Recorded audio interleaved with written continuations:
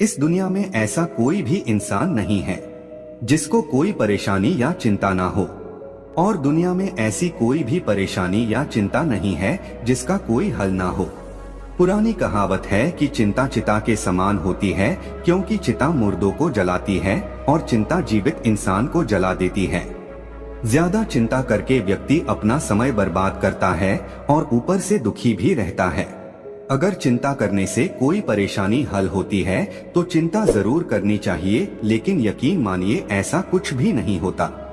दोस्तों, आज हम एक ऐसी कहानी सुनाने जा रहे हैं जिसको सुनकर आप सभी तरह की चिंता से मुक्त हो जाओगे। प्राचीन समय की बात है, एक बहुत ही धनवान व्यक्ति था। उसके पास बहुत ही ज्यादा धन संपत्ति थी।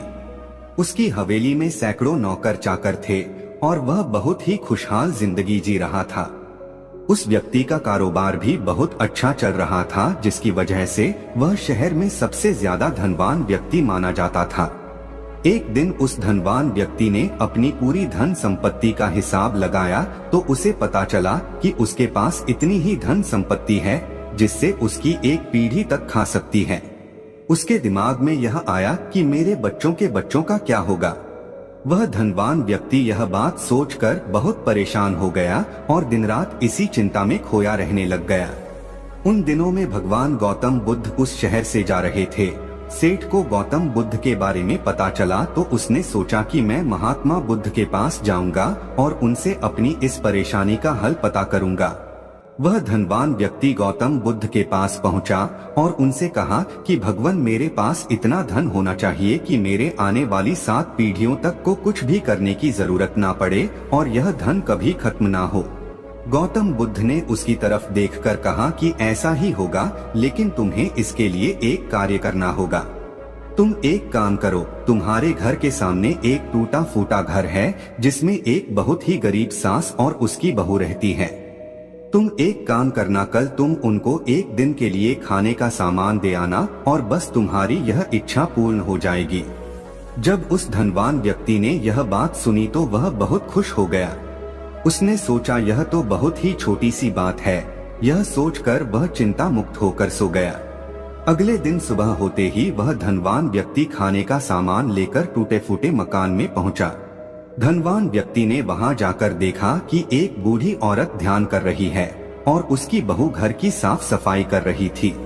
धनवान व्यक्ति ने बड़े ही अभिमान से उसकी बहू को कहा कि यह लीजिए, मैं आपके लिए खाने का सामान लाया हूँ।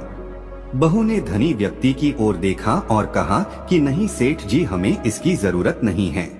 हम लोगों के पास आज के लिए पर्याप्त भोजन है।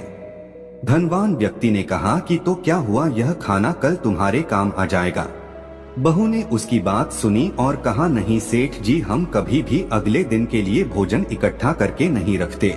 भगवान हमारे खाने का रोज इंतजाम कर देता है। धनवान व्यक्ति ने जब बहू की बात सुनी तो हैरान होकर उसका मुंह देखता रह गया। धनवान व्यक्ति ने सोचा कि यह लोग तो मेरे से भी धनवान है जो कल की चिंता नहीं करते, और दूसरी तरफ मैं हूँ जो अपनी 7 पीढ़ियों के लिए परेशान हो रहा हूँ। धनवान व्यक्ति की समझ में सब कुछ आ गया और उसके अंदर ज्यादा धन प्राप्ति की लालसा नहीं रही। वह व्यक्ति महात्मा बुद्ध की बात समझ गया। दोस्तों, इस कहानी से हमें यह सीख मिलती है कि हमें कभी भी कल के लिए परेशान नहीं होना चाहिए। अगर हमारा आज अच्छा है तो कल यकीनन अपने आप ही अच्छा हो जाएगा। एक बात हमेशा याद रखना कि कल जब भी आएगा आज ही बनकर आएगा, इसलिए अपने वर्तमान में खुश रहो। यह कहानी आपको कैसी लगी नीचे कमेंट बॉक्स में कमेंट करके जरूर बताएं।